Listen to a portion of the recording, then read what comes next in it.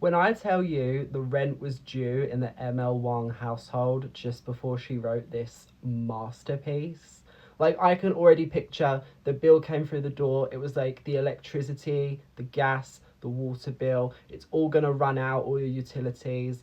The babies are going to starve.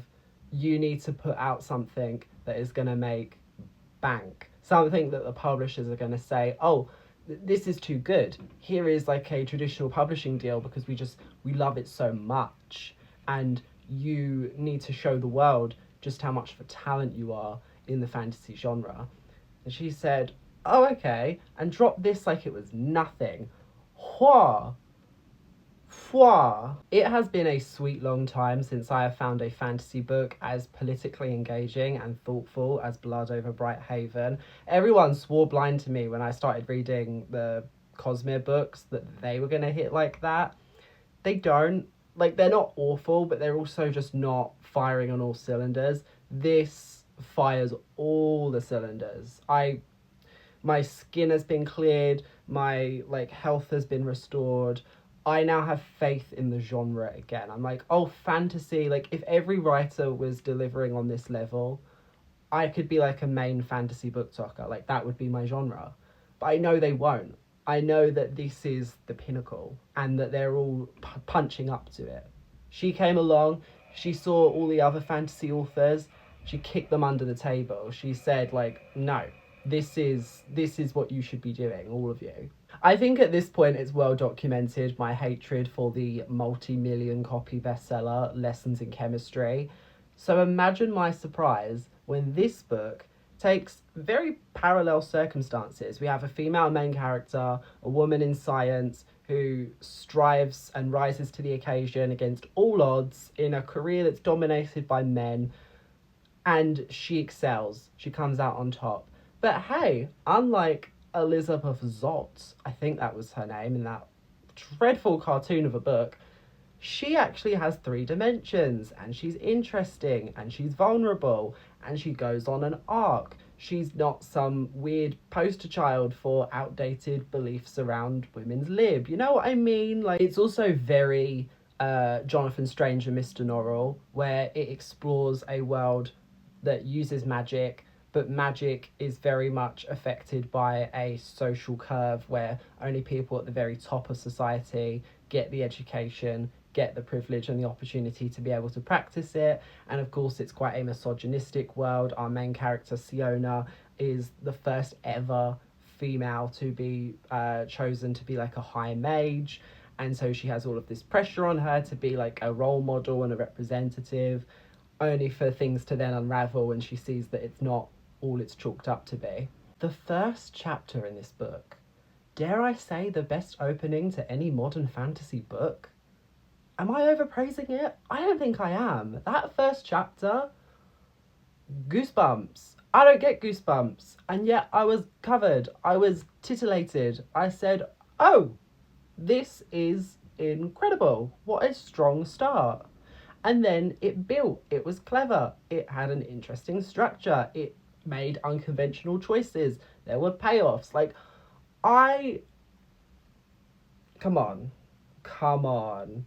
You were 100% right, internet. Sometimes you're praising some of these books and I'm like, what's really going on here? This one, you hit the bullseye. This was truly everything and more that I wanted. It really hits that Babel sweet spot where there's all of these conversations about conquest, colonialism, history. Is it okay? Do you sacrifice the conveniences of your everyday life if it means that you can prevent the suffering of people thousands and thousands of miles away? You know, a very relevant talking point for today with what's going on with the whole genocide in Gaza. This was such a powerful book. I think if more people read stuff like this, they would actually be able to use these takeaways and apply them to very real issues that are happening today, and realize like we can't be selfish and complacent about what the comforts that we have in the West when there are people whose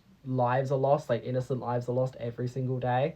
So I just thought, wow, this is really the stuff. This is what it's all about. Loved the magic system, the spellagraphs. It was again very similar to the mirrors in Jonathan Strange and Mr. Norrell, but also very modern in the way that it almost seemed to. I think the author said that she used like her husband helped her, comparing it to like computer programming, where you're typing in commands, you write up like a script, and that determines what the spell is. I think that is such a clever, like it's like technomancy. Like that's, I think that's genius. I could see some critics make the point that Siona as a character is a bit of a predictable Mary Sue in that most of the challenges that she's presented with, she overcomes them because she is so talented.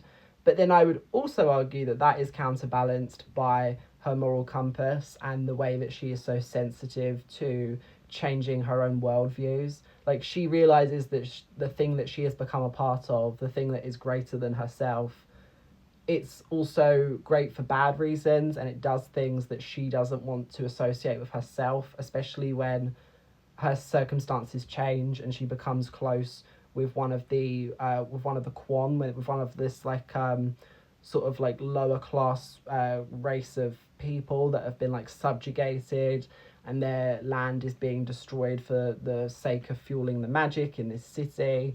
It was all very clever and balanced. I take my hat off. I loved it. This might be a weird point as well, but I love that this is a standalone fantasy book. You don't have to make the commitment of making it a series, and you so easily could with a book like this. And I feel like a lot of writers, not that they get greedy, but I think their eyes sort of light up at the prospect of having two more books sorted out in a series that would already correlate to characters that they've created and storylines that they've established. So to have the confidence to just be like, no, this is a standalone story. This could have easily been like a trilogy, but to instead just put it out as this is the one perfect finished product, like everything is wrapped up in a neat little bow. Yes, more of this. More like wonderful standalone fantasy books. Not everything needs to be a series. Not everything needs to be a series. So, in summary, Ebel Wang is mother. She has blessed us with one of the best books I've read in recent memory. I'm going to need to find a copy of The Sword of Kaigen, clearly. I can't read it too quickly because I don't think she has many other books outside of that. I think she has like a YA trilogy, which I probably would read as well. What a book. What a book. Go pick it up. Pick it up now.